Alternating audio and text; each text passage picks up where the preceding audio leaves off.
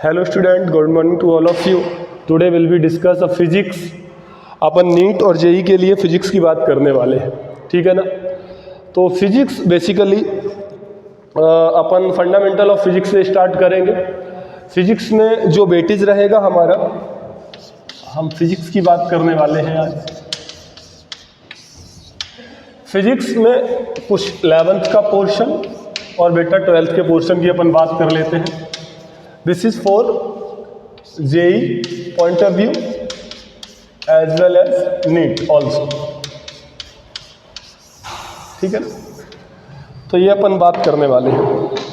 हमारा 11th में जो पोर्शन रहेगा, हमारा सबसे पहला पोर्शन जो 11th में आएगा वो वेक्टर है ना। इससे पहले आता है एक टॉपिक आता है यूनिट एंड डायमेंशन, उसकी भी बात करेंगे अपन। Second topic is one dimensional motion, है ना, मोशन अलोंग स्ट्रेट लाइन, इसकी बात करेंगे। थर्ड लेक्चर होगा 2D। 2D में हम करेंगे प्रोजेक्टाइल मोशन,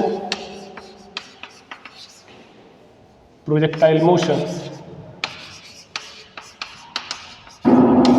यहाँ से एक क्वेश्चन आने का चांस नीट में, एक क्वेश्चन यहाँ से, एक क्वेश्चन यहाँ से। बेसिकली देखा जाए तो हर चैप्टर से मिनिमम 1 क्वेश्चन नीट में 100% आने का चांस रहता है, ठीक है ना। क्योंकि नीट में क्या है एक्चुअली, हर टॉपिक से एक क्वेश्चन या 2 क्वेश्चन आ जाते हैं। बड़े टॉपिक हैं तो उसमें से 2 क्वेश्चन, नहीं तो 1 तो 100% आता ही आता है। सिमिलरली अगर हम बात करेंगे, ये this is the 1, second one, third one and fourth one हमारा, हम यहाँ से स्टार्ट करेंगे NLM, Newton's law of motion. ये जो पोर्शन है, ये जो पोर्शन चल रहा है, ये मैकेनिक्स का पोर्शन है। इसे नाम देते हैं मैकेनिक्स। तो मिक्स पोर्शन में हमारा क्या है, vector, 1D motion, 2D motion and Newton's law of motion, इसकी बात करेंगे। इस मोशन में हमारा, और अगर मैं जोड़ना चाहूं तो हमारा अगला टॉपिक रहता है circular motion,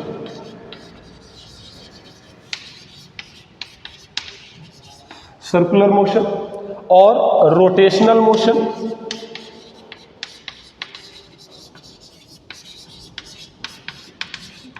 simple harmonic motion, जिसे हम शॉर्ट में SHM बोल देते हैं। और एक टॉपिक और आता है सेंटर ऑफ मास, और भी रहता है। ये मैकेनिक्स का पोर्शन मैंने बताया। ये कौन सा पोर्शन है, मैकेनिक्स का पोर्शन है, centre of mass. Work power energy भी एक अपना टॉपिक रहता है। तो ये सभी पहले 1 बाय 1 अपन कोशिश करेंगे लेने की। फिर अपन 12th में लेंगे। 12th में इलेक्ट्रोस्टैटिक्स,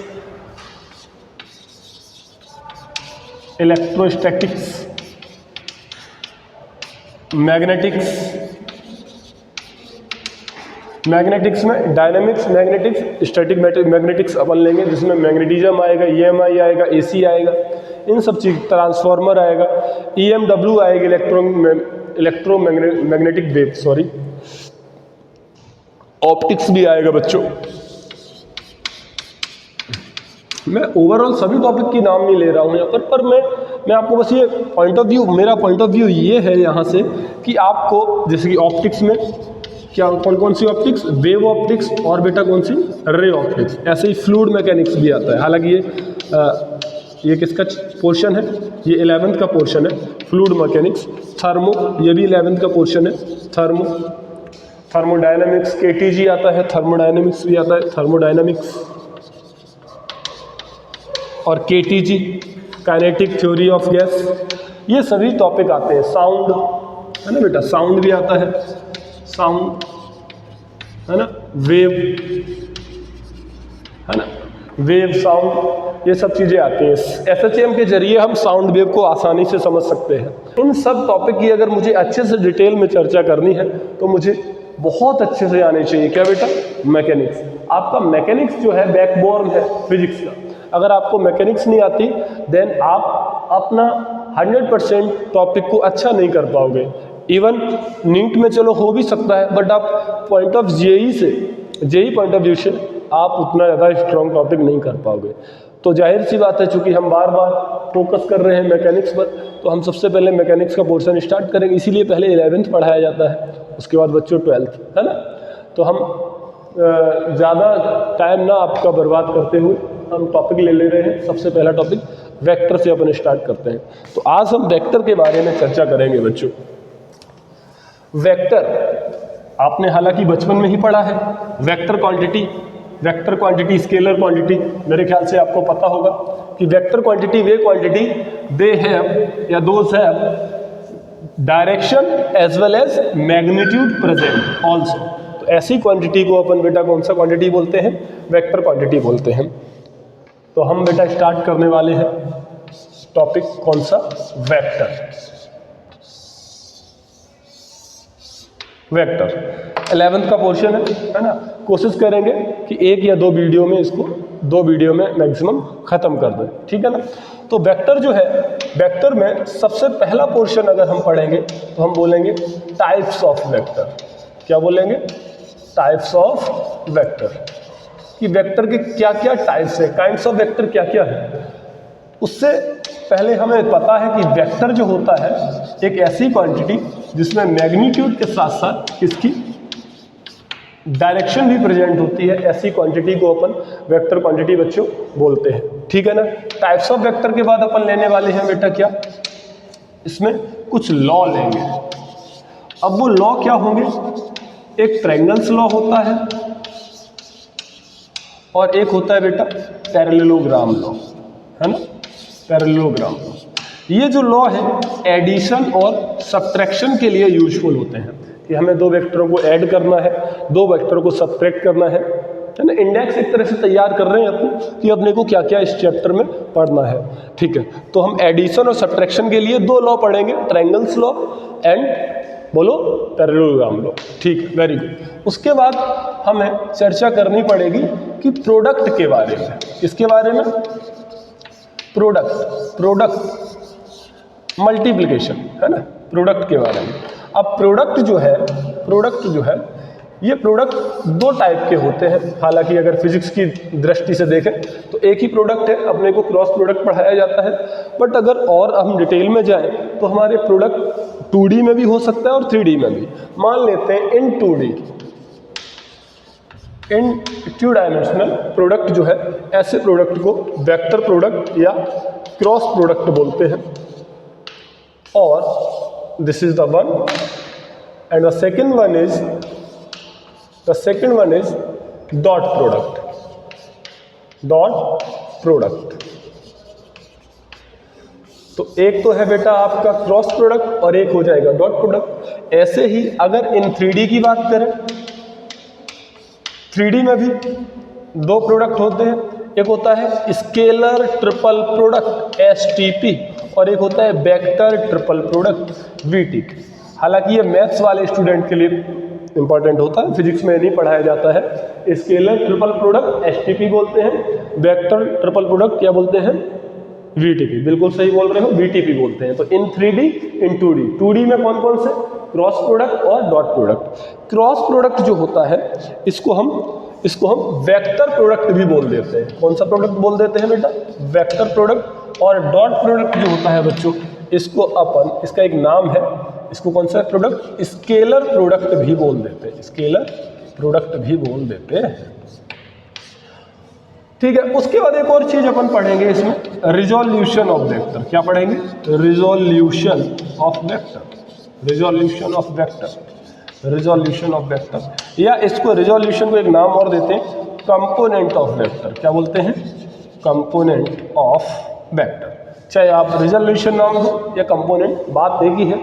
इस चीज़ों को अपन इस डिटेल में चर्चा करेंगे और इन लॉ के बारे में तो हमको पढ़ना ही पढ़ना है। तो सबसे पहला अगर मैं बोलूं कि what is the vector quantity, तो vector quantity which have magnitude and direction also available, both these available, magnitude and direction. Basically vector हम पढ़ते क्यों हैं, हम इसकी भी चर्चा करना चाहते हैं।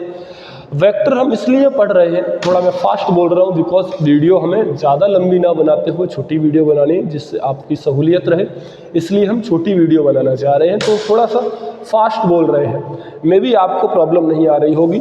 हम बोल रहे थे कि वेक्टर क्या होता है, हम vector, why we study the vector. मुझे इसलिए पढ़ना चाहिए वेक्टर बिकॉज वेक्टर फिजिक्स के लिए यूजफुल है। अगर मैं बोलूँ, अगर मैं एक फॉर एग्जाम्पल अगर मैं कहूँ for example Ram is going to 10 meter per second in the direction of Shyam. If direction of Shyam in east, then write the direction of Ram. ठीक है ना बेटा, आपने भी ये लिखना है। जाहिर सी बात है, अगर आपको डायरेक्शन राम की पता करनी है, तो वो पहले ही कह रहा है कि राम जा रहा है कितने से 10 मीटर पर सेकेंड से। जो 10 मीटर पर सेकेंड है, इसको ये अपन कहते हैं मैग्नीट्यूड। क्या कहते हैं? मैग्नीट्यूड। तो 10 मीटर पर सेकेंड इसमें क्या हो गया? मैग्नीट्यूड मतलब एक न्यूमेरिकल वैल्यू, वो मैग्नीट्यूड है। एंड अगला सेगमेंट है direction. In the direction of Shyam, यानी कि राम किसकी डायरेक्शन में जा रहा है भाई? श्याम की डायरेक्शन में है। जबकि direction of Shyam in east, तो डायरेक्शन ऑफ श्याम की क्या है? ईस्ट है। तो बेसिकली राम की डायरेक्शन जो है, राम की डायरेक्शन जो है वो किसकी डायरेक्शन में है? श्याम की डायरेक्शन में है। श्याम की डायरेक्शन में है, डायरेक्शन ऑफ राम श्याम की डायरेक्शन में है। और श्याम की डायरेक्शन क्या है बेटा? ईस्ट है। तो बेसिकली राम की डायरेक्शन भी क्या हो गई? ईस्ट हो गई कि नहीं हो गई? हो गई ना। अगर राम, तो इस चीज को अपन अब बेसिकली आया क्या, तो इस पूरे स्टेटमेंट का मतलब क्या है कि Ram is going to 10 metre per second in the east direction. इस पूरे भाषा को अपन मैथमेटिकल इक्वेशन में कैसे रिप्रेजेंट करें, ये हमें बताता है वेक्टर। हम इसलिए वेक्टर पढ़ते हैं कि हम इस पूरी लैंग्वेज को, एक पूरा स्टेटमेंट जो है, इसको कुछ मैथमेटिकल अल्फ़ाबेट में एक इक्वेशन की फॉर्म में रिप्रेजेंट कर सकें, इसलिए मुझे वेक्टर की आवश्यकता पड़ी। तो बेसिकली हम लिख देते हैं कि राम, और एक ऐसे तीर लगा देते हैं, तो हम बोलेंगे ये राम है, आर मतलब राम, तीर मतलब वेक्टर, इक्वल टू, कहते हैं कि मैग्नीट्यूड भी हो और उसके साथ साथ डायरेक्शन भी हो, तो हम कहते हैं 10 क्या? ईस्ट को हम बोल देते हैं आई कैप। क्या बोल देते हैं?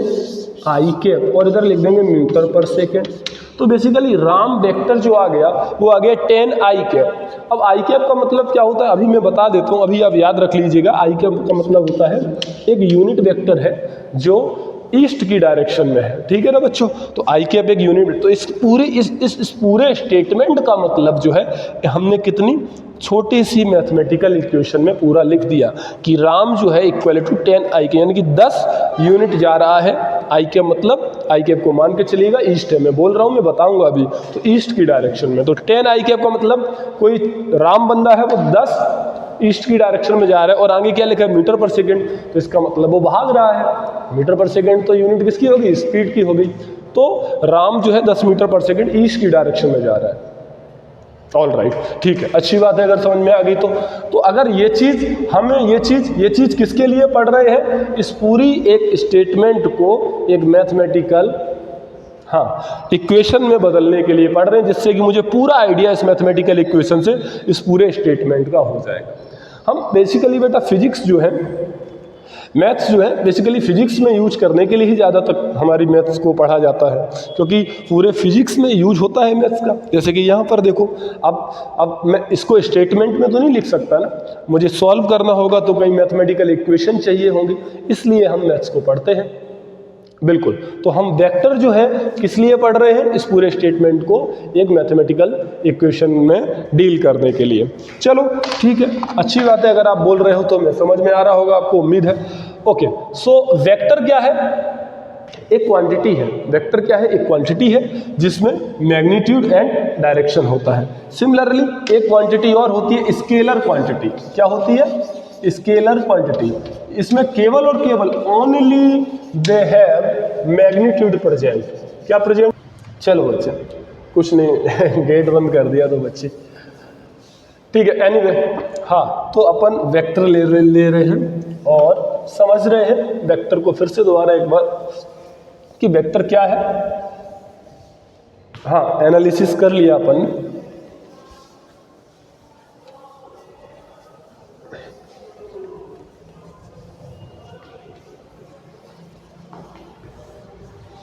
ओके, ऑल राइट, ठीक है। वेक्टर, हम वेक्टर पढ़ रहे हैं बेटा, and this is the lecture number 1। This is the point किसके लिए? जेई और नीट एस्पिरेंट के लिए, दोनों के लिए बेटा यूजफुल होने वाला है। चलो, तो वेक्टर जो है क्या है वेक्टर, जरा बताओ। मान लेते हैं ये y है और ये x है, ठीक है ना, ये y है और ये क्या है बेटा, x है। मान लो कोई कोऑर्डिनेट है p नाम का कोऑर्डिनेट, ये अच्छी सी भोली सी लड़की यहाँ पर बैठी है, बढ़िया से मस्ती से बैठी है, आराम से मजे कर रही है, वाह भाई वाह, मजा आ गया, है ना।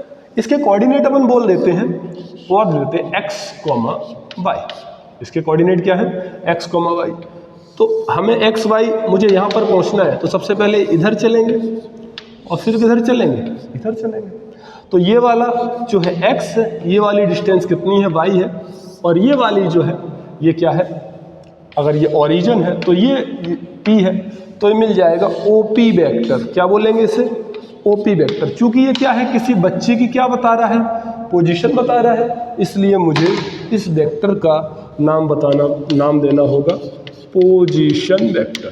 क्या नाम है इसका, पोजीशन वेक्टर। बेटा एक चीज़ याद रखी जाए, वेक्टर को रिप्रेजेंट करने का तरीका क्या होता है, किसी भी क्वांटिटी कोई लिखी और उस पर क्या लगा दें, एक एरो लगा दें, इसे हम कहते हैं वेक्टर को रिप्रेजेंट करने का तरीका। बिल्कुल। तो बेटा अगर मैं कहूँ ये वाला OP वेक्टर क्या है, तो आप बोलोगे, बच्चे लिख देते हैं ऐसे generally, OP vector equal to xi cap plus yj cap. अब बच्चा नाराज हो गया, बोल रहा है आई कैप जे कैप कहाँ से आ गए, आप तो बोले अभी हम बताएंगे। मैंने कहा लो, आई कैप जे कैप कुछ नहीं है। आई कैप क्या है, यहाँ पर सुन लो, आई कैप है unit vector in the direction of plus axis. कौन सी एक्सिस, पॉजिटिव एक्स एक्सिस, ठीक। ऐसे ही जे कैप क्या है, या फिर माइनस आई कैप कोई लिख दे। माइनस आई कैप क्या है, unit vector in the direction of minus x axis. कौन सा एक्स एक्सिस, माइनस। बेटा आपको, मुझे इतना पूरा यकीन है, आपको ये पता ही है कि बेटा ये वाला जो एक्सिस है ये y है, ये x डैश है, और ये वाला जो एक्सिस है ये बेटा y डैश है। तो इधर हम आई कैप लेते हैं जैसा कि आपने बताया, और ऐसी डायरेक्शन में हम माइनस आई कैप लेते हैं, ठीक है, बोलो बिल्कुल सही है। ऐसे ही जे कैप अगर मुझे लिखना है तो unit vector in the direction of plus by axis. कौन सा axis, positive by axis. Positive by axis ये है, तो बेटा यहाँ पर क्या ले लेंगे, जे कैप ले लेंगे। और सिमिलरली अगर मुझे माइनस जे कैप लेना है, तो क्या लिखेंगे, बोलो। ये डॉट डॉट का मतलब वही लिखा है ना।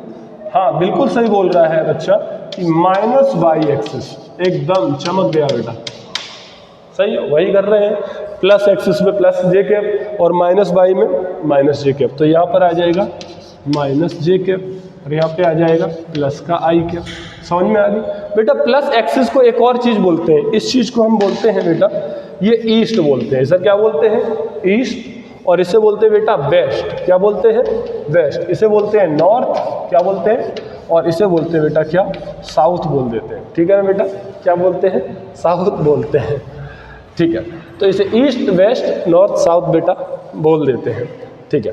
तो अगर मैं पूछूं कि एक्स आई कैप का मतलब है एक्स इंटू उसका यूनिट वेक्टर, डायरेक्शन दे दी, एंड वाई जे कैप का मतलब है वाई इंटू यूनिट वेक्टर उसका जे कैप। तो ओपी वेक्टर का मैग्नीट्यूड क्या आ जाएगा बेटा, मैग्नीट्यूड आ जाएगा under root x square plus y square. क्या हो जाएगा, under root x square plus y square. बात समझ में आ रही है कि नहीं आ रही है, बिल्कुल समझ में आ रही है। Under root x square plus y square आप ऐसे भी निकाल सकते हो, क्योंकि ये बेस है, ये परपेंडिकुलर है, तो ये क्या हो जाएगा x square plus y square, hypotenuse आपका ये हो जाएगा। बात समझ में आ रही है बच्चों, ठीक है। इतनी बात समझ में आ गई, अच्छी बात है, बहुत अच्छी बात है। अगर ये समझ में आ रही है तो आपको बात, ऑल राइट। तो हमने अभी कुछ नहीं पढ़ा, हम कुछ पढ़ थोड़ी रहे, हम तो बस ये जानना चाह रहे हैं कि आपका जो वेक्टर है वो क्या है, वेक्टर जो है क्या है वो, और उसकी पोजीशन वेक्टर ओपी वेक्टर है एक्स आई के प्लस वाई जे के, और ओपी वेक्टर का magnitude under root x square plus y square होता है, ठीक है ना। अब हम अगला सेगमेंट लेने वाले हैं types of vector, types of vector. Types of vector को हम जल्दी से जल्दी खत्म कर लेते हैं। पहला वेक्टर अगर मैं बात करूं पहले वेक्टर की, पहला वेक्टर होगा हमारा पोजीशन वेक्टर, जो कि दिख ही रहा है। पोजीशन वेक्टर क्या होगा, पोजीशन वेक्टर। पोजीशन वेक्टर हम कैसे निकालते हैं कि नहीं भी, मान लेते हैं किसी ए के कोऑर्डिनेट x1, y1 है, और कोई पॉइंट B है, उसके कोऑर्डिनेट x2, y2। स्पेस में 2 पॉइंट है, और मुझे इसका क्या निकालना है, A B vector. A B vector को कहते हैं पोजीशन वेक्टर। तो ए बी वेक्टर निकालने के लिए हम पोजीशन वेक्टर को निकालने के लिए क्या करेंगे, ओ B vector minus O A vector. ओ क्यों लिया, ओ को ओरिजिन के रिस्पेक्ट में लेते हैं। जैसे कि ओपी वेक्टर है, ओपी वेक्टर है, तो ओपी वेक्टर क्या है, जो इसके कोऑर्डिनेट होते हैं वही लिख लिया, x i cap plus y j cap, यही तो लिख दिया बेटा, यही लिख दिया। तो O B vector minus O A vector तो हो जाएगा A B vector equal to x2 minus x1, x2 minus x1 i cap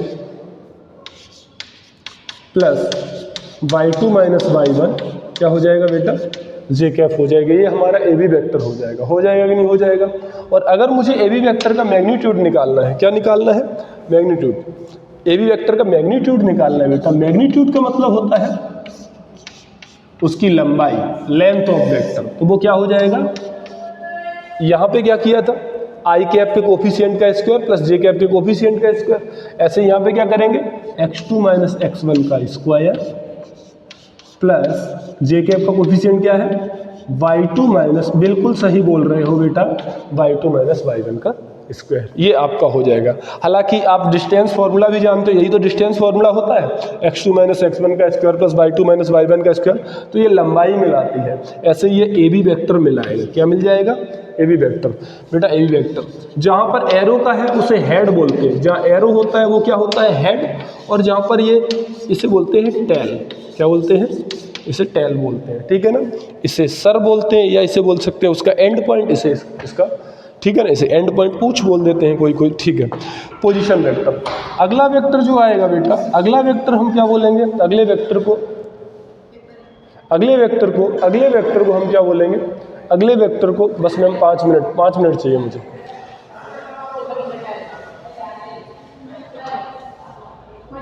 हाँ ठीक है, अगले वेक्टर को हम बोलेंगे बेटा कौन सा वेक्टर, कोप्लेनर वेक्टर।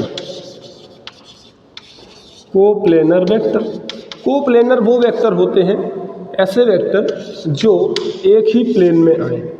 मान लेते हैं ये ए वेक्टर है, ये बी वेक्टर है, और यहाँ पर कोई ये है, तो ये जो प्लेन हो गया ये ए बी वेक्टर हो गया, तो ये ए वेक्टर हो गया, ये बी वेक्टर हो गया। तीसरा अगर वेक्टर अपन लें तो कोलिनियर वेक्टर।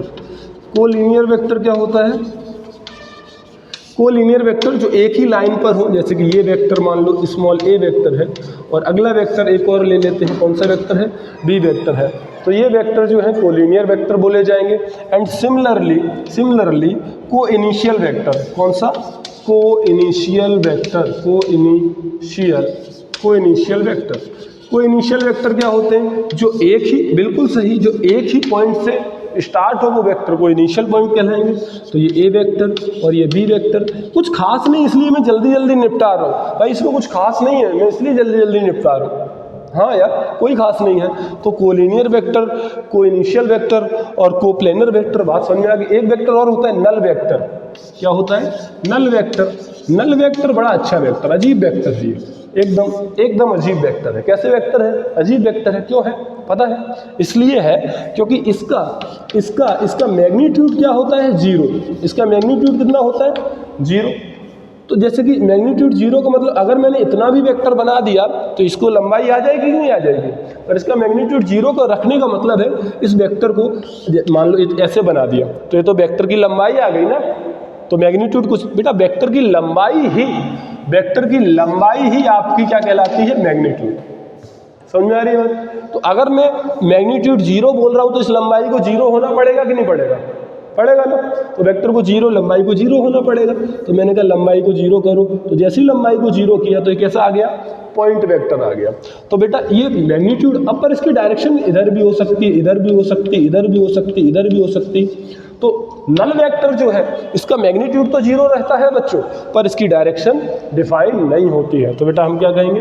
डायरेक्शन जो है डज नॉट एग्जिस्ट। DNE मतलब है डज नॉट एग्जिस्ट। ठीक है ना बच्चों? अच्छा, अब लास्ट सेगमेंट, ज़्यादा वीडियो बड़ी नहीं, अपन छोटी छोटी वीडियो बनाएंगे जिससे कि आपको पढ़ने में बड़ा आसानी हो। जब भी कहीं बैठे हो फ्री टाइम पे 5-10 मिनट का वीडियो देख लिया, और मैं कोशिश करूंगा कि आपको ज़्यादा से ज़्यादा कम टाइम में डिलीवर किया जाए। बच्चों इसके बाद अपन क्या क्या लेंगे? यूनिट वेक्टर एक इंपॉर्टेंट वेक्टर है, हालांकि अभी तो बहुत वेक्टर इंपॉर्टेंट है। एक्सियल वेक्टर है ना बेटा, कोप्लेनर हो ही गए, एक्सियल वेक्टर, पैरेलल वेक्टर है ना। यूनिट वेक्टर और ले लेते हैं। यूनिट वेक्टर क्या होता है? जल्दी समझ लो। यूनिट वेक्टर क्या होता है? इसको डिनोट करते हैं ए कैप से। तो ए वेक्टर अपॉन ए का मैग्नीट्यूड, ये वेक्टर यूनिट वेक्टर कहलाता है बच्चों। ये वेक्टर क्या कहलाता है? Unit vector. और इसका यूज क्यों किया जाता है?